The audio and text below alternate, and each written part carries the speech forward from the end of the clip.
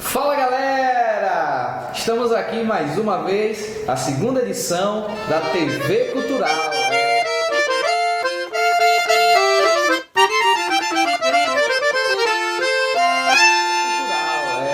E claro, né, estamos com ele, nosso amigo, parceiro, professor Waltenberg. Quero agradecer desde já também ao nosso amigo Bahia Soluções e também o apoio total da nossa prefeita, né, Marinês, nossa amiga Nena de Luciano. Um abraço e obrigado por sempre estar apoiando esse projeto.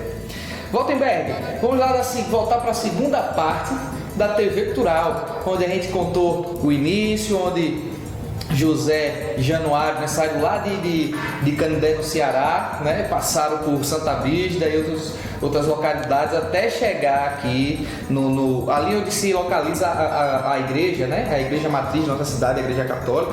Foi mais ou menos por ali que eles se arrancharam, ficaram por ali. Eu queria que vocês terminassem toda aquela história, porque a gente ainda vai ter muitos convidados ainda para nossos quadros, a semana, um mês. Eu acho que pode ir até próximo ano, quem sabe. O Waltenberg vai estar com a gente em todos. Então, Waltenberg, eu queria que você continuasse essa história montealegrense.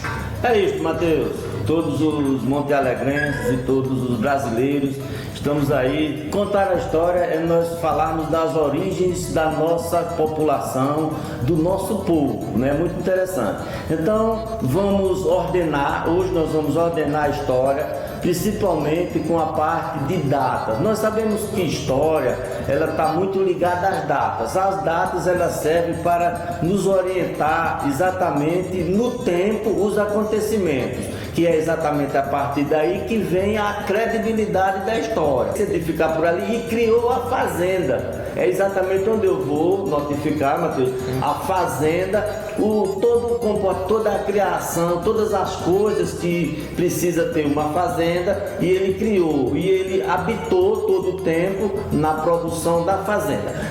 As datas, os anos, ficar bem mais claro e com o visual que vai ser mostrado aqui todo ano, né? Nós vamos ordenar primeiro a primeira atitude, 1869, Januário, por motivo de uma grande seca na cidade de Canindé do Ceará, resolveu se retirar de lá. Saiu com a família, 4 animais, 2 filhos e a esposa, 1869. E ele atravessou todo o estado de Ceará com grande seca, grande dificuldade. Depois do Ceará, chegou na fronteira de Pernambuco, atravessou a fronteira de Pernambuco e entrou na Bahia. Quando ele chegou na Bahia, ele deu uma parada em Santa Brígida. Isso era entre esse ano de 1869 e 1870. A marca de 1870 é porque nasceu José Inácio de Farias. José Inácio de Farias nasceu em Santa Brígida em 1870, 16 de maio de 1870. Então ele residiu aqui durante 6 anos, porque quando ele veio do Ceará, ele veio sem recurso nenhum. Então, com essa parada aqui, então ele foi trabalhar na lavoura, e com a lavoura ele ganhou mais um dinheiro para poder continuar a viagem, que era o objetivo, que era ir para Porto da Folha. E aí ele ficou esses 6 anos. Pronto, 1860. Chegou, aí foi, após os 6 anos, ele tomou o caminho novamente. E foi quando ele, vindo de Santa Brígida, chegou na cidade de Canudos. De Canudos, se você olhar no mapa, você pega a reta assim, e ele quer ir rumo a Porto da Folha. Aí tem no mesmo rumo o Carira e aqui o Porto da Folha. Só que aí, antes dele chegar no Porto da Folha, ele passou pelo Carira, antes de chegar no Porto da Folha, foi exatamente a floresta daqui, que ele teve a questão dele, que ele acampou e ficou. Então ele chegou aqui na localidade em 1876. Chegou em Januário aqui. E aqui foi onde ele fez a fazenda. Foi onde ele construiu a fazenda, né? Fez todas as coisas fazenda. 1876. Agora presta atenção. Depois de 25 anos, olha, José Inácio aqui tinha 6 anos de idade. Quando ele tinha 25 anos de idade, 1895, casou-se José Inácio. É a partir daí que nós vamos contar a história de José Inácio de Farias. né? Até aqui foi do pai dele, Januário. E aqui José Inácio de Farias, 1895. Ele com 25 anos de idade, ele casou-se. Inclusive, meu pai chamava a esposa dele Madrinha Zefa, né? Provavelmente o nome dela era Josefina, né? Madrinha Zefa, ele casou-se. 1895. Pronto, a base de toda a história que eu quero passar para todos é esta. Eu considero e vou divulgar que a fundação de Monte Alegre, Mateus, seja essa data. Por quê? 1901, ó, José Inácio, em 1895, José Inácio casou e providenciou o documento como ele para poder administrar a região, a terra. Ele fez um herel de 300 tarefas, né? E professor, rapidão, esse herel se encontra onde hoje? O herel se encontra no cartório, exatamente. Existe qualquer documento que a pessoa queira, ele procura uma segunda via. Por que uma segunda via? Porque está registrado no cartório, nos livros do cartório, são aqueles livros bem grandes, então que lá tem o documento onde ele foi feito, e uma segunda via que eu vou procurar no cartório. O cartório mais antigo da região é um de Gararu, que eu fui até o arquivo judiciário em Aracaju, só que o arquivo judiciário me disse que mandou de volta esses registros para o cartório, que era o registro de propriedade. Então eu vou buscar, ele existe, eu pedi uma segunda via. Pronto, aqui entre 1895 e 1900. Pronto, aqui Zé Inácio casou-se. Esses 5 anos ele fez o herel e foi exatamente aí onde ele tinha a terra para poder doar os chãos de terra. E aí o filho dele que nasceu, não foi o primeiro que nasceu, mas foi o meu avô, que foi em 1901, ele construiu a igrejinha. E na igrejinha, quando foi para o batizado de meu avô, de Teodomiro, e aí foi onde aconteceu a primeira missa nessa região. É aí que eu quero notificar, entendeu, Anderson? Que seja a fundação da cidade, porque foi a primeira igrejinha e a primeira missa aqui. Ele foi em Porto da Folha buscar o padre para poder fazer o batizado de Teodomiro, de meu avô, e vir rezar a primeira missa, porque ele tinha construído a igrejinha. Então nós eu quero divulgar, vou divulgar no livro, que a fundação de Monte Alegre, fundador José Inácio de Farias, fundação 23 de dezembro de 1901.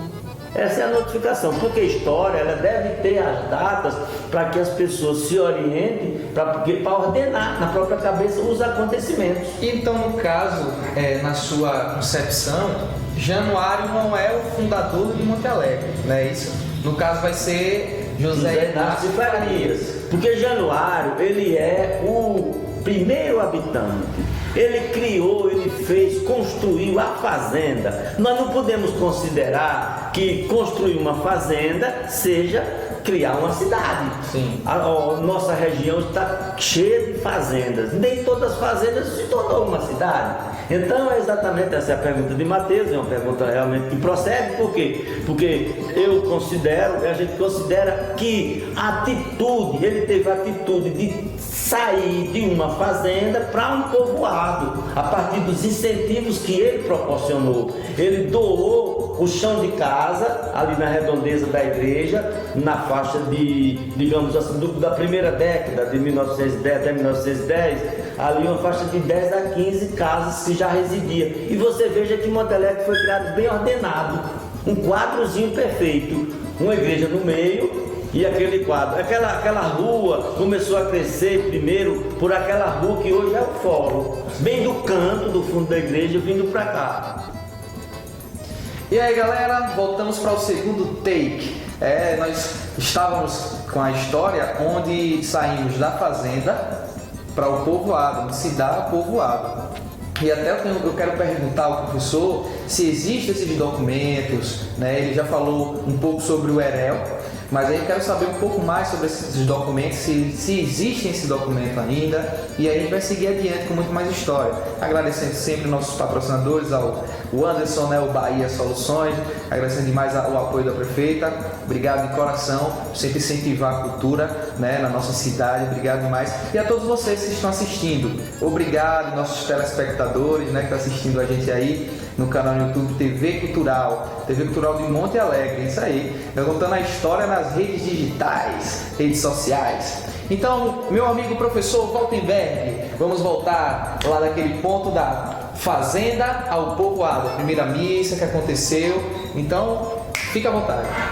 É isso aí. Então, como eu estava falando, a criação da fazenda, a construção da fazenda, que Januário construiu, né, aqui por volta de, quando ele estava aqui em 1876, né, a construção de toda a fazenda. Até aqui não entrou em cena ainda José Inácio de Farias. Sim. Ele fez, veja bem, a fazenda, ele construiu o tanque, um grande tanque, que foi o que nós conhecemos como tanque velho, né? E ele foi trabalhar na lavoura. Na lavoura, ele produzia milho, feijão e algodão, entendeu? E também sobrevivia da agropecuária, criava animais, criava gado para poder tirar o leite. Então ele tinha como a sua sobrevivência a criação de gado e a produção agrícola, que era essa lavoura. E aí ele construiu a fazenda, construiu a primeira casa. A primeira casa, ela está hoje reside nosso amigo Carlos de Beijo. Bem ali, foi exatamente a primeira casa que Januário fez. Você veja como foi bem ordenado pelas colocações. A igrejinha, onde é hoje o altar da Igreja Católica, era a igrejinha, e aqui era a primeira casa, uma casa grande. Lá na parte mais abaixo, na baixinha, ele construiu o tanque. Então ele construiu a fazenda Monte Alegre, entendeu? Com toda a estrutura, com o tanque, a casa, e depois é que foi feita a igrejinha. Quem fez a igrejinha foi José Inácio de Farias. Januário fez a casa, o tanque e os pastos, porque ele produzia na lavoura e produzia animais. O nome Monte Alegre, Fazenda Monte Alegre, de onde se deu, se eu tenho uma ideia? Olha, veja bem, nos meus conhecimentos sempre já foi batizado Fazenda Monte Alegre. Eu não encontrei nenhum registro que tenha outro nome. De Fazenda Monte Alegre passou a Povoado Monte Alegre e Cidade Monte Alegre. Isso é os meus conhecimentos, né? Porque, como você falou, depois eu vou lhe responder sobre a questão de documentos. Sim. Que história deva ter realmente documento para poder se afirmar a credibilidade, Claro, né? claro. Pronto, mas nós vamos ficar aí. A partir daqui, a construção da fazenda está a fazenda. José Inácio de Farias vai entrar em cena quando ele se casa, né? A partir do casamento, em 1895, e ele faz o Herel e ele distribui as terras e passa a ir para o povoado, desenvolver o povoado. Ele era um cidadão que tinha assim como se fosse um poder de liderança. Ele era um pouco, pelo que eu escutei falar, ele como se fosse parecido, quem conheceu meu pai sabe, uma pessoa assim comunicativa, uma pessoa que mantinha os tipos de liderança, que ele conseguiu fazer com que as pessoas viessem morar ao redor dele. Bem futurista, né? Já pensou na frente. Com certeza. Ele é uma pessoa, como se chama, até uma pessoa de visão, né? E ele construiu inclusive o tanque velho. Quando ele fez um documento deixando a divisão das suas propriedades, que chama-se esse documento o formato de partilha, ele deixou o tanque velho escrito para a comunidade de Monte Alegre, porque naquele tanque velho a comunidade precisava muito, principalmente para o gado beber. No verão, o gado dos povoados vinham de longe para beber água ali no tanque velho. Então ele não quis deixar para o nome de ninguém. Isso aqui vai ficar para, né? Foi a parte do José Inácio. É exatamente aí aonde entra a cena do José Inácio, passa a ser, como respondendo a pergunta dele, que ele passa a ser, na minha opinião, no que eu vou divulgar, o fundador da cidade, que foi fundada no nascimento do meu avô, no nascimento de Teodomiro, no dia 23 de dezembro, porque José Inácio construiu a igrejinha, José Inácio trouxe o padre para celebrar a primeira missa, que era a primeira missa, e fazer o batizado. Na nossa cronologia de tempo, após esse 1901, considerando a fundação, nós teremos outra ocorrência histórica, a Feira de Monte Alegre, a primeira feira, isso em 1920, já 2 décadas depois da fundação. Mas a cidade, ela não se forma através de uma feira, ela não é fundada por uma feira. Então, provável que tem muitos povoados por aí que é já uma boa cidade e não tem uma feira. Tem uma feira, entendeu? Então, isso assim, de uma certa forma simboliza que Monte Alegre não vivia só da caça, né? De maneira nenhuma. Monte Alegre, inclusive na cultura, que eu estava até conversando com ele, Monte Alegre nunca nossas famílias, as pessoas foram de ir ao mato, porque tem pessoas em outras regiões que vivem, né? Com cachorro, procurando no mato, animais, para poder sobrevivência. Não, porque Monte Alegre ele teve muito uma base de lavoura de feijão. E a lavoura, porque as terras de Monte Alegre ali do lado do Tabuleiro são terras boas, principalmente para feijão. Então era a base de lavoura. Os pais de família se dedicavam à lavoura e também à criação de gado, porque tiravam leite. Sim. E então a partir daí era a fazenda e era a comunidade. E quando partiu para o povoado, que é como eu digo, que foi incentivado por José Inácio para que se tornasse um povoado, pessoas morando ao lado, ele doou as terras, ele incentivava as pessoas a viver por aqui, né? Na decorrência ele vai me interrogar sobre a forma de sobrevivência, como era a vida neste povoado na primeira década, que é de 1900 a 1910, e na segunda década, 1910 a 1920. Nós vamos fazer esse relato, o Matheus vai me interrogar sobre os determinados pontos. Então eu acho que já fica bem esclarecido para vocês, pessoal do Monte Alegre aí, as pessoas, muito obrigado aí por assistir, estou grato aí pelo reconhecimento das pessoas, mas nós vamos fazer o mais ordenado possível, uma cronologia do tempo correta, a demonstração assim das datas, para poder mostrar a credibilidade dos acontecimentos. A questão do que ele me perguntou sobre os documentos. Documentos, eu tenho os seguintes documentos. Eu tenho a certidão de nascimento, cópia da certidão de nascimento de José Inácio de Farias, que foi em Santa Brígida, 1870, em 16 de maio de 1870. O nascimento, cópia do nascimento. O outro documento é a segunda via, no cartório de Cararu, que eu vou buscar, eu vou colocar no livro do Herel, que é um documento de posse de 300 tarefas de terra dessa região, que era uma floresta, do Herel. E a certidão de nascimento, eu vou em busca, provavelmente o meu livro possa ter, da certidão de nascimento de Januário. Porque eu entrei em contato, o Anderson, com pessoas, existe a família lá em Canindé do Ceará, existe uma família com o sobrenome Farias. Então, Januário nasceu provavelmente entre 1845 e 1850. E lá, tendo um cartório, só que a pessoa, quando ele saiu de lá, era uma cidade muito pequena, como aqui, muitas vezes o cartório não é na própria cidade. Sim. Né? O primeiro cartório mesmo daqui foi em Dararu. Então, provavelmente nem cartórios de lá do Canindé eu não encontre. Só que é uma cidade longe, eu vou ter que ter um recurso financeiro para poder ir buscar para fazer essa pesquisa, né? Mas eu encontro, essa é a busca, para poder provar que realmente Januário Farias nasceu lá. Nasceu em Canindé do Ceará, eu tenho uma cópia, mas hoje em mãos, esse daí eu estou em busca. Hoje em mãos eu tenho certidão de José Inácio, eu tenho o Herel, eu tenho também uma certidão de formato de partilha. Quando José Inácio faleceu, antes de falecer, ele fez a divisão das suas propriedades com seus filhos, né? Sim. E com os seus filhos ele deixou, olha, tarefas, dividido. O tanque velho, ele disse que ia ficar para a comunidade, não ia deixar para o nome de ninguém. E aí, galera, terceiro take. E agora eu queria agradecer a todos vocês que assistem a gente, a galera que tem um carinho imenso, né, por essa TV, por estar assistindo, comentando, dando dicas, né? Nós temos pessoas importantes que vão participar das entrevistas. porque nós vamos procurar essa parte sociológica, esportiva, cultural, musical, econômica, política da cidade. Nós vamos fazer várias entrevistas, vamos conhecer um pouco mais essa história, né? O meu desejo sempre foi ver a história de Monte Alegre dentro das redes digitais, né? Onde eu posso acessar o YouTube, o Instagram e ver uma foto, conhecer mais um pouco a história, né? A gente não tem, se você procurar na internet você vai ter o enciclopédia, mas ele vai relatar pequenas datas, etc, mas não tem a história em si, as pessoas contando, mostrando a emoção. E aí uma das pessoas que me veio à mente por estar conversando bastante e trocar uma ideia foi com o Waltenberg.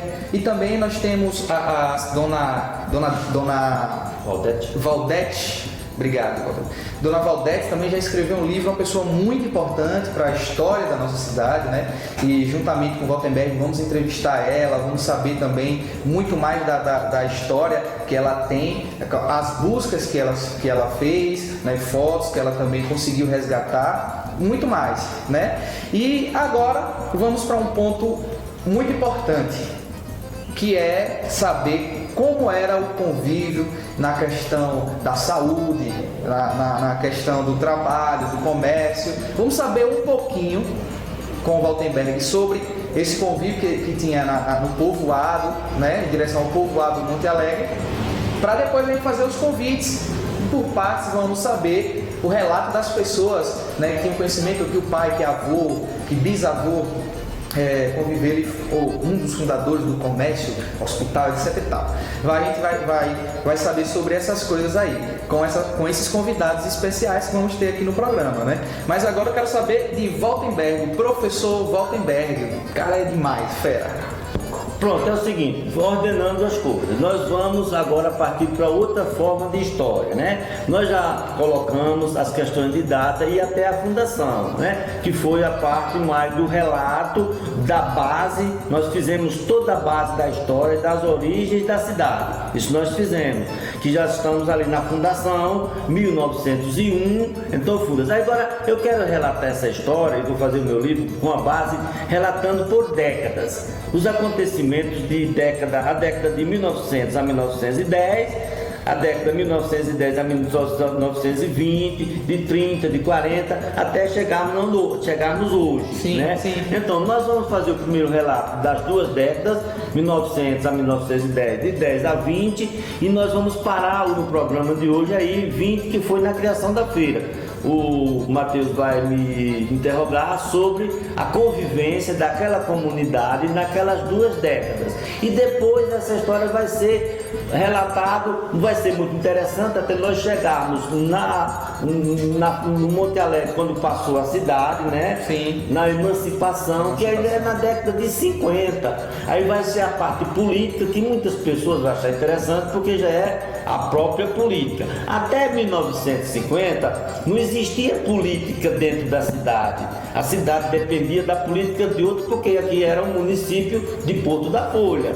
Então nós não vamos fazer esse relato da política. Existia algumas influências políticas, as pessoas vinham, pediam que os habitantes votassem, mas era um povoado. Agora, a parte política, a partir da década de 50, nós vamos fazer ordenado com os mandatos de todos os prefeitos, as ocorrências, como viviam, como eram as campanhas, por aí. Mas hoje ele vai me interrogar sobre a convivência das pessoas, como viviam os habitantes de Monte Alegre na primeira década do século XX e na segunda década. Somos quase então buraqueiros, né?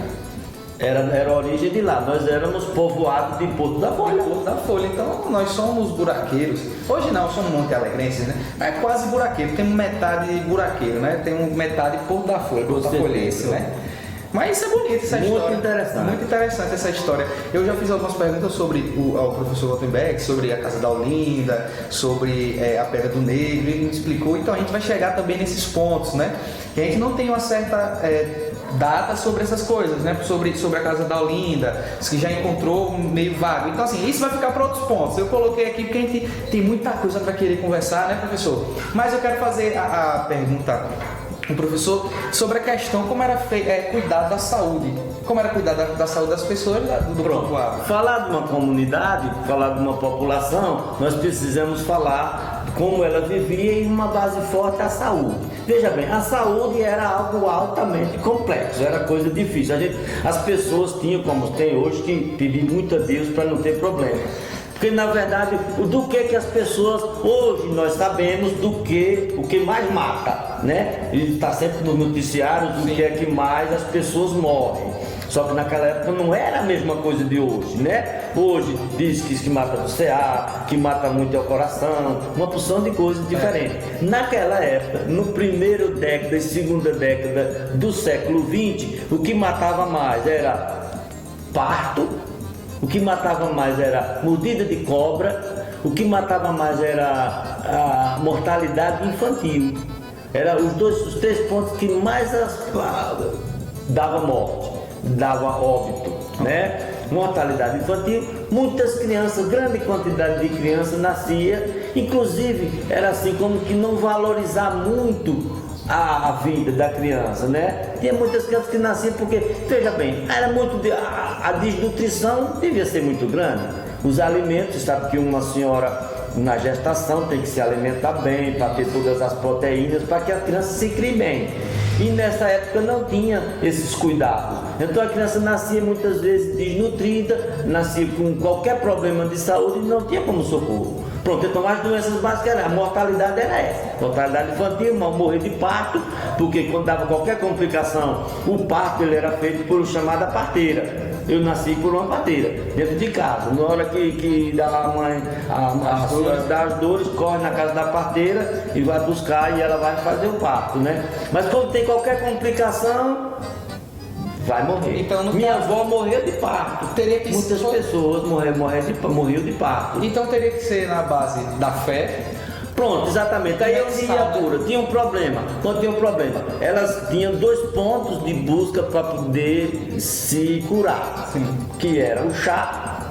Tinha muitos tipos de chá, as pessoas tinham muito conhecimento de chá. Medicinal já, né? Eram as raízes e ervas medicinais, né? E a reza, tinha sempre uma rezadeira. Por incrível que pareça, pode registrar na história, porque eu conheci pessoa que foi mordida de cobra, que nós sabemos que uma picada de cobra, praticamente a pessoa não sobrevive. Você tem que saber a cobra que ele mordeu para você procurar o veneno.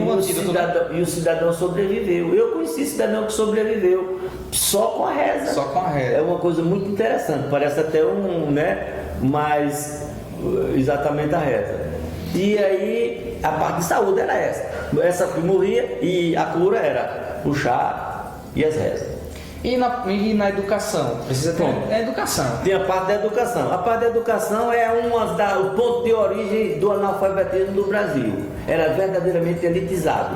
Só tinha educação, só aprendia a ler quem o pai tivesse condições de trazer uma professora, botar dentro de casa para ensinar seus filhos. Do contrário, eram todos analfabetos. Porque a linha de trabalho as fontes de trabalho eram só 2. Ou o fazendeiro, que o fazendeiro também, ele próprio trabalhava bastante, e o assalariado do campo, aquele que ia vender o dia para o fazendeiro, entendeu?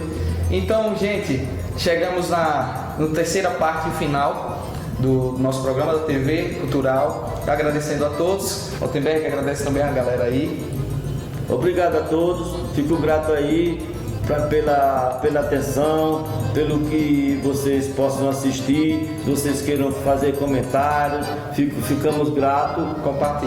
Compartilhar exatamente nas redes sociais, estamos aí e eu acho muito valioso, porque é as origens de nosso povo. Muito obrigado. Fala galera, estamos aqui mais uma vez, a segunda edição da TV Cultural.